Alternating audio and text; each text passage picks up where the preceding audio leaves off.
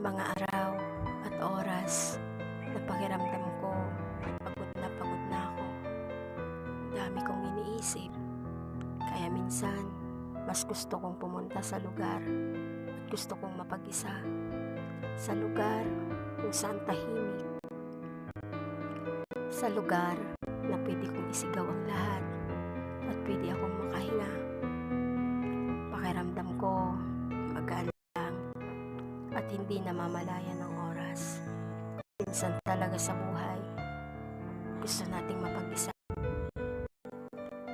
at makapag-isip ng tama.